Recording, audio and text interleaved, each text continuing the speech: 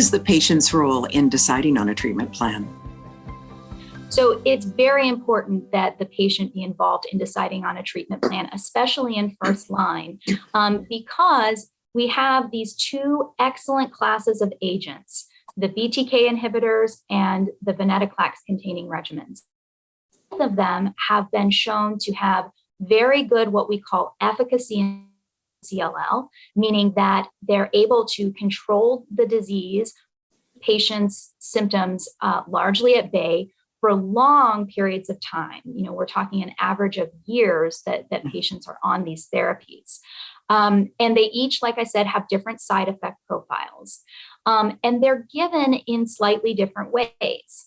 And so right now, we don't have data from our clinical trials comparing a BTK inhibitor regimen to a venetoclax containing regimen in CLL patients to tell us one is better than the other.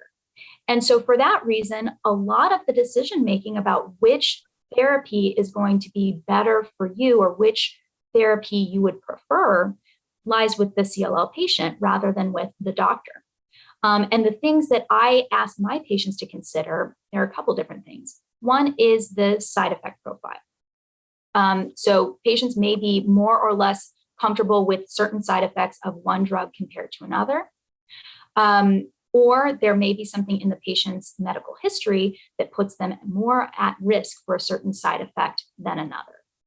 The other major player in this decision-making process is how these drugs are given.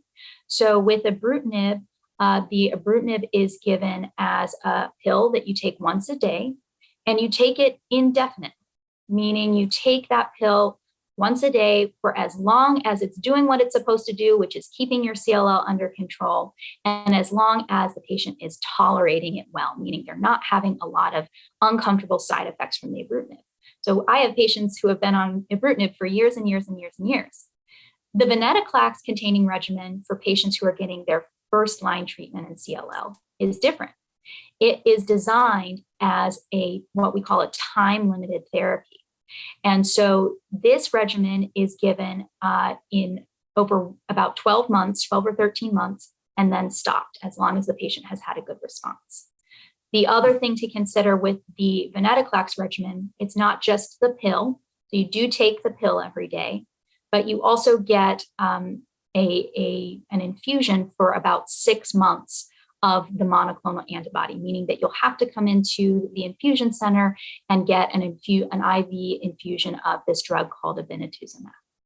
The last consideration with the venetoclax regimen that differs in how it's administered is the venetoclax often works so well that it can break down the CLL cells a little bit too quickly.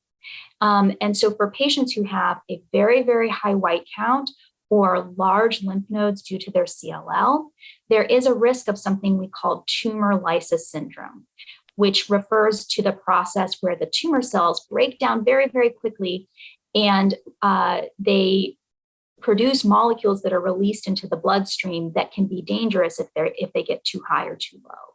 And so sometimes in some patients, we have to monitor for the tumor lysis syndrome by checking labs fairly frequently after we start the venetoclax. And for some patients, that means that they have to stay overnight for a night or two in the hospital for lab monitoring.